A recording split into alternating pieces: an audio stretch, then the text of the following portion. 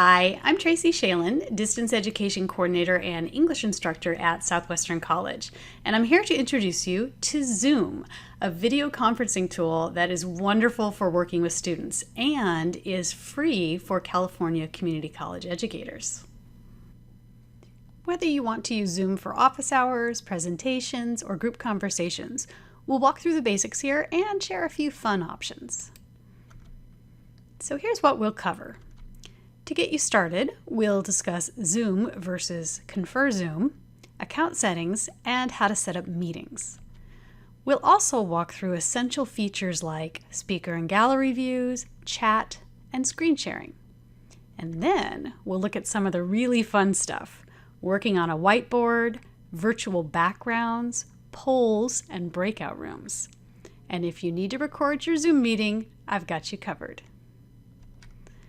So, Zoom is a private video conferencing company, and ConferZoom uses that exact same Zoom product. Our CCC system has contracted with Zoom to provide free pro accounts for California community college educators under the name ConferZoom. It's currently used for statewide meetings, like this one, and conferences like Can Innovate. To get your free pro account, visit ConferZoom.org and select Sign Up. A pro account is important for educators. The free account from the regular Zoom is limited in terms of meeting time and number of participants. But with ConferZoom, there is no limit on meeting time, and you can have up to 100 participants in your meeting. So, don't just go to the regular Zoom website, be sure that you go to ConferZoom.org to get your account. So after you click on Sign Up, you'll come to this screen where you'll be asked to provide your information. It's very important that you use your college email address here. It will not approve you if you are not using an EDU email address. And you'll note at the top of the page, there is a banner that offers to merge accounts if you previously signed up with a non-EDU email address or if you signed up for a plain Zoom account rather than a ConferZoom account. So after you've filled in your information, go to your college email account and you'll be asked to verify and finalize the account setup there. After your account has been activated, you will end up on Zoom's website, where there are lots of ways to customize your account. Let's go over a few. You should add a profile photo so that when you're not using a webcam, your participants can still see you. If you don't have a photo, it will just display your name. Underneath that is your personal meeting ID. It's good to set this to be used for instant meetings, although you can create multiple Zoom IDs for multiple uses. And you'll also notice underneath that the option to set up a personal link that uses letters instead of numbers, but goes to the same Zoom room. Also, will want to spend some time in meeting settings. There are lots of ways to customize how Zoom works for you, such as creating waiting rooms, allowing file sharing, and enabling virtual backgrounds, just to name a few. So I recommend spending some time here and customizing this so that you can make sure that Zoom will do what you want it to do. So how do people find you in Zoom? You invite people to your Zoom room with a link, and they just click on that link to join you. And what you'll see on the right side of the screen is an auto-generated email that contains the link, as well as some alternatives like the telephone number if you just wanted to dial in, international numbers, and so on. Most of the time, though, you're just going to need your Zoom link to share. The desktop app you can download. It lives on your desktop. You can generate that email there. You can also start a meeting, schedule a meeting, etc. And speaking of apps, there is a free mobile app that you can use to join Zoom on the go. Let's talk about how to use ConferZoom with students in Canvas. On the left side is the option that I recommend, which is to simply share your Zoom meeting ID with your students. You can share that on the home page as my image illustrates here. You can use that same link to share in announcements, in emails, in content pages. So having one link that you use throughout the semester makes it very easy for students to reach you in your Zoom room. The second option is to use the ConferZoom app, and that is by default hidden, but if you want to try it out, you go to settings of your course and go to navigation and pull it up to the set of visible links for your course menu. But be advised that the ConferZoom app operates very differently from your Zoom link. In fact, it creates random meeting IDs with every meeting you schedule. So you won't be able to share your link with students because every time that you open the Zoom room to meet with them, it will be a different link. So as you can imagine, that causes a fair amount of confusion and students may have difficulty finding you. All right, let's talk about one more important part of setting up, and that is captioning. So if you have a student who will be joining you for a Zoom meeting who requires live captioning, you want to set that up at least 5 days in advance so that a captioner can be found and can be given the information to join your session. You will find information about how to do that in the ConferZoom guides. From the ConferZoom website, click on Guides and search for Live Closed Captions. This brief article will come up, giving you the email address to send your request to, as well as the information that is needed, and note that it does take a minimum of 5 business days to arrange this. Because an individual will be joining your session to do the captioning for you, this is something that should only be arranged if it is needed by a student. So when you introduce Zoom to the class, that's a good time to ask students to let you know if they will need live captioning so that you can arrange for a captioner to be present in advance. When the captioner arrives, you give the controls to the captioner will start typing, and you can move on with the meeting. Okay, so now when you're in your meeting, you're ready to use a couple of basic features. One of them is the toggle that every participant has between the gallery view and the speaker view. So the gallery view, which you can see on the left, is kind of like the Brady Bunch view. Everybody has their own tile and you can see everybody at once. The speaker view highlights the person speaking in a large video in the center, and those who are listening are in a smaller film strip. It's up to the user which view will be activated, so you might want to introduce this feature to your students at the beginning of the meeting. Okay, let's talk about chat. So as you're having your Zoom meeting, you can have a side discussion in the chat area. This is text only. It's a great place for people to ask questions and for people to answer those questions, whether it's you or somebody in the class. You also can use this area for a private chat with specific participants. By default, anything you type in here and anything your students type in here will go to everyone who's in the meeting. But if you need to reach out to a specific individual, perhaps to answer a question or help someone troubleshoot, then this is a nice option to be aware of. Screen sharing is a very popular feature in Zoom because it lets you share with everybody else exactly what you're seeing on the screen. It's great for sharing everything from a website to a form that needs to be filled out to PowerPoint slides. Even videos can be shared. Anything that's on your screen can be shared with others through this tool.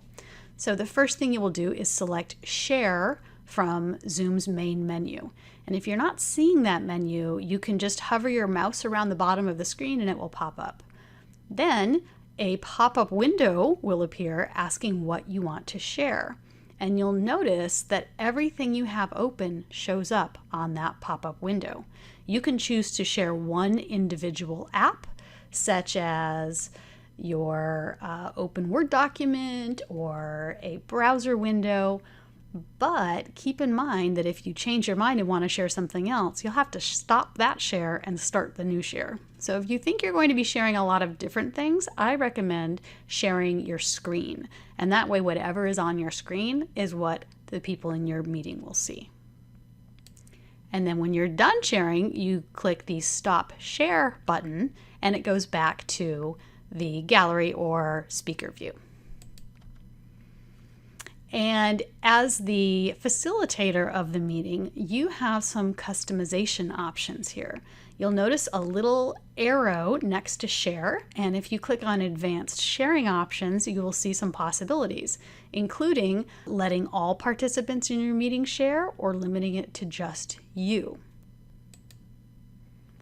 So when you start your share and you're choosing what to share, you might have noticed that one of the options is a whiteboard. That is built into Zoom, and you can use that to teach something to your students, to have them teach something to you. Everyone can see the whiteboard, and if you select it, everybody can participate on the whiteboard. You also can choose to only give those controls to you. So you might have something like this on your whiteboard.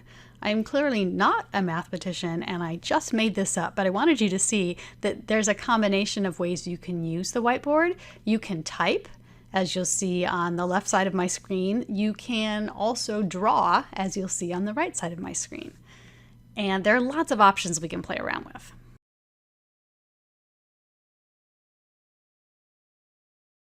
All right, so while you guys are doodling, I'm going to show you a couple of things that I can do, because remember, as the presenter, I have the controls. I can move things around if I want to. So I'm moving around some people's doodles right now. I can spotlight them. So if I want to say something like, this square is very well designed, I can spotlight it so you can see that. And then for the eraser, I have the option to erase people's work as well. And I also have the option to undo it if I didn't mean to erase it. So I'm displaying some of those things right now on some of the artwork that we have here. And then one last thing that you can do is you can save this whiteboard. So if people are actually doing a math problem, you could then save it and share those with everybody later. Let's talk about remote control. Students can request remote control of the screen from you, or you can assign control to a student. So this isn't something you would do in the course of a normal meeting. However, if you were troubleshooting with somebody, this could be really helpful. Let's talk about one of my favorite features in Zoom, the virtual background. Now, this is one of the features that you have to have enabled in meeting settings. So you may need to go back into your ConferZoom account and set that up before you will see the virtual background option. And you'll want to look for a menu next to Start and Stop Video. The pop-up menu will let you choose your camera. It will also have video settings, and if virtual background is enabled, you'll be able to select that. So here's what happens when you do. With one click of a mouse, you can be on a beautiful beach somewhere, or maybe you can be in that water. Zoom has 3 preset virtual backgrounds, and it's just a matter of clicking on one of them. Here is one of them, to have that become your background. So the defaults are the Golden Gate Bridge, grass, and my favorite, outer space. And just to give you a sense of how good this is, so here I am in space, and here is what's really behind me. So in the past, we used to have a green screen behind us to block out all of that and give the software something to remove from the video. Zoom is so good that just one click lets it determine what is behind your background and remove it and replace it with the image of your choice. So this is an image that I've uploaded to Zoom, and there are a variety of possibilities here, only limited by your imagination. One caveat, this advanced technology only works with newer computers. So you may get an error message giving you further directions about that if your computer is not able to do this. A poll can be a fun way to make sure that your meeting is interactive. You design the poll and you choose when to launch it. And when everyone has participated in the poll, you can close it and share the results with the participants. Another great feature for interaction is breakout rooms. So using just the Zoom room you started in, you can actually create breakout Zoom rooms, and you can assign your students to chat amongst themselves in those breakout rooms. You can either assign them automatically or manually, and you choose how many groups you would like. And then when you want them to come back into the whole class, you simply end the breakout rooms and they come back in. Or if you want them to come back when they're ready, they can choose to end the breakout room and come back into the main room. So this is a great feature if you're working with a large number of students and you want them to have a chance to talk about ideas together. And if you are working with a large group of students, you might be interested in recording the session so that they could look at it later. To record a session, look for the record button at the bottom of your screen. Once you click record, a voice will tell you and everyone else in the Zoom meeting that it is being recorded. And then when you're finished, you can click a button in the same area to pause or stop recording. And again, you'll get an audio notification that it is stopped. Then, in an hour or so, you will get an email letting you know that the recording is ready for you. There is a host-only link, so only when you're logged into Zoom will that link work for you. And there's also a share link that you can share with viewers, those who attended or anyone else you choose. The nice thing about the cloud recording in Zoom is that it also provides a transcript that moves with the video. And so this is very useful to help people find a specific place in the video by typing into the search box. And it also can serve as a nice visual to go along with the audio of the recording. I'm going to play a little bit of this one so you can see how it works. So after I press play, so that students have you can hear the video it doesn't require and see the captions move down the transcript. And then scanning through all the pages of your syllabus to find the... And as you can see, it's pretty accurate, including punctuation and sentence structure. Right section, they're just summarized here in these links, and a student can click on one. And that transcript also can be activated as a caption file that plays on the video. So this is a very flexible and very useful option when you're recording a session. The ConferZoom guides are a handy place to find more information about specific features as well as ConferZoom. And most of what you need you can find by using the search here, but you'll see that there are some archived presentations and some other useful things on this homepage. It's also good to remember that you'll find support information by following the support link, including email and phone. And the after-hour support link will take you to the Zoom Help Center, so not ConferZoom, but regular Zoom, with lots of information about how to use Zoom features and some helpful video introductions to some of those features. Okay, that's it for this webinar. Thank you so much for joining us, and happy Zooming!